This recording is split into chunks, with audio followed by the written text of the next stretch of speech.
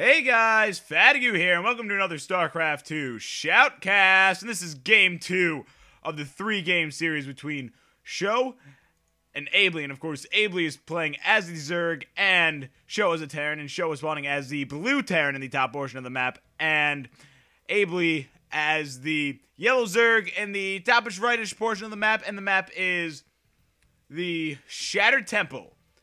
Now, this has been a great game. This is the semifinals for the 4PL Close Combat Tournament.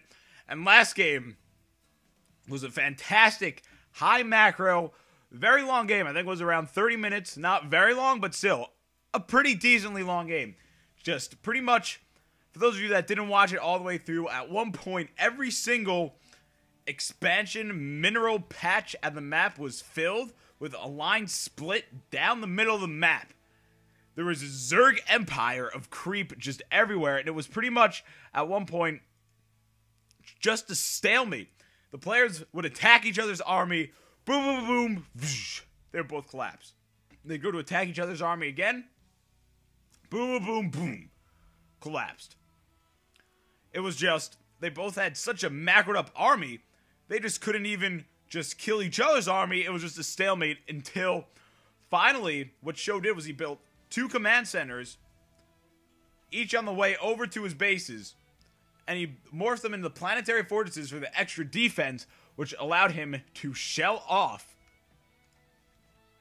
the troops of the Zerg player to give his army that extra boost to finally defeat the Zerg army in a battle, and then go into a counterattack that eventually overran the Zerg player. So very, very well played by Sjow. I don't think I've ever seen planetary fortress is used in the middle of the road like that, so it was very, very clever playing and great use of an excess of minerals to really use the planetary fortress for that extra defensive advantage. I would be very excited if we saw another huge macro game like that, but I do not think we will, as we can now see that Aibly now sees that the Terran player and the Zerg player are in fact neighbors, and then throws down a pretty much immediate expansion, which is already halfway done, before the spawning pool goes down, which is only about a little bit past a third of the way done, which is exactly what he did last game.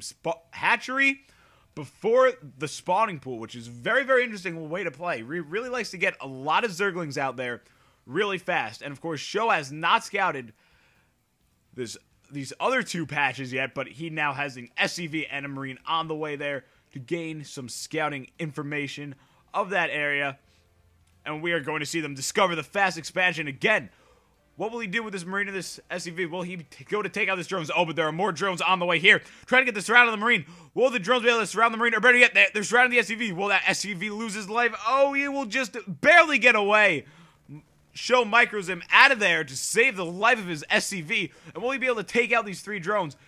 That Marine is running a little bit low on HP, but so are those 2 drones. Those 2 drones will quickly run back into the main base. So Sjow scouts out that they are, in fact, neighbors. They're both very well aware of it.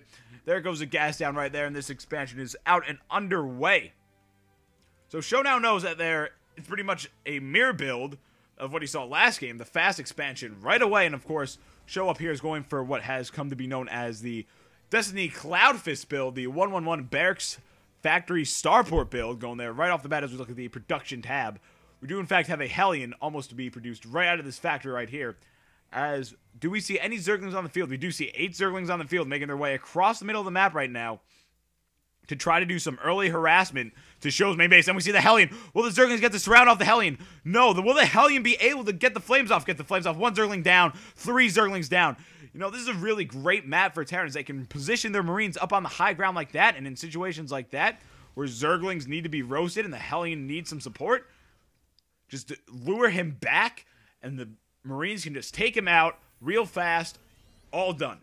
Really great micro to lure the Zerglings back and out to be taken out by the extra Marines on the high ground. Great move. Looking at the production tab right now, do we see any medivacs on the way? We do see a medivac on the way for Sjow, and I'm sure with them being neighbors, he's definitely going to do a flank drop in the back of the main base. Would not be surprised to see that at all, as he used drops to his advantage last game with all the bases up. He was able to, in fact, do multiple pronged attacks on multiple bases, which in the long run helped him out a lot. We have a siege tank on the way now, and those Marines are getting loaded up in that medivac to do an initial drop on the base. We do have a Roach Warren on the way and almost completed for the Zerg players. He is also training for Zergling speed.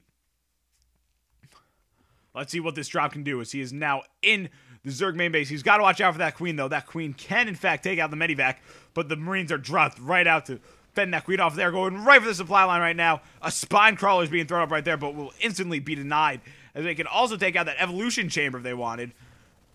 Stop the vast production of Zerg upgrades, and here come the Zerglings trying to get the surround, but the Marines are thrown back up into the Medivac. There's a Roach Warren right there as he is sending the Medivac out to the second hatchery right now to try to do some expansion damage on this small, lightly defended expansion down here for the Zerg player. He'll drop down, but the Zerglings will be right there with that newly acquired speed, and they'll be able to just surround those Marines right away, forcing them to load back right into the Marine. However, the Zerg players lost vastly more than the Terran players. The Zerg players are able to fight off this drop fairly well. Has been done a fairly good job. Almost has no Marines left within this drop, but looking at the unit composition, there are still Marines waiting back at the base, and he will, in fact, take his many back to his main base to rally up some more Marines to come back with an even stronger force on this Zerg player. It looks like that Overlord will be taken out. So will that supply block? That will supply block the Zerg player by 2. So the Terran player can really capitalize on this scenario with the Zerg player supply block to do a drop on the main base. And what do we see on the mini-map down here? We see a drop on the high ground of the expansion. The siege tank sieging up to begin to shell away. Will this be enough to take out the hatchery? The siege tank on the high ground for support, dropping a couple of Marines down on the lower ground.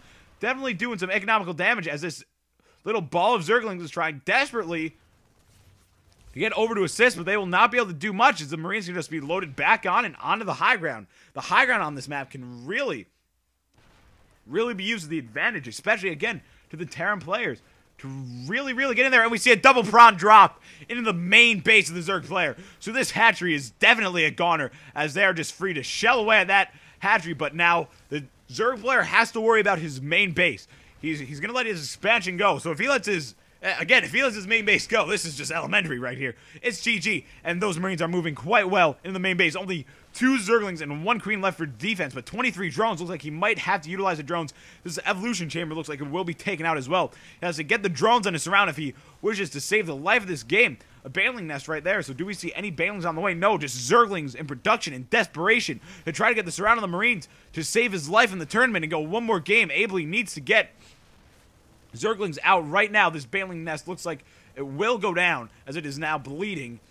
Yes, it will. Will we see the Zerglings come out on time? And we will. Here comes an army of Zerglings right now trying to get the surround of the Marines. Will the Marines be loaded back in? We even see the drones being pulled off the supply line to try to fight off these Marines, getting the surround on them.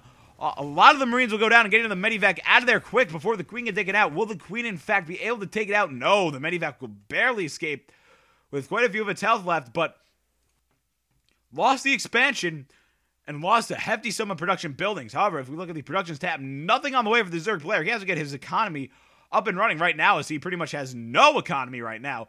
Barely getting back up to 100 minerals from that devastating loss. We have this expansion orbital command up and underway for the Terran player, so his economy right now is booming. Another drop like that, and that will, in fact, do it. I think Sjow is going to take this game. Sjow has all the advantages that he could possibly need. Will that Overlord go down? That Overlord will go down, but not enough to supply block the Zerg player. Not in this situation, and there are some roaches on the way for the Zerg player, hoping to fend off that other drop that I'm sure he knows is coming to just pound on the Zerg's base while he just can't get anything out. Was the early hatchery worth it to get the early Zerglings out? While the Terran player was just able to sit back and macro up some troops to send in. We do have a Spire on the way, trying to get some Mutalisks out to get down those Medivacs, but will it be out soon enough as we have the reactor pumping out 2 more Medivacs onto the field? So it looks like we might see a 4 Medivac drop.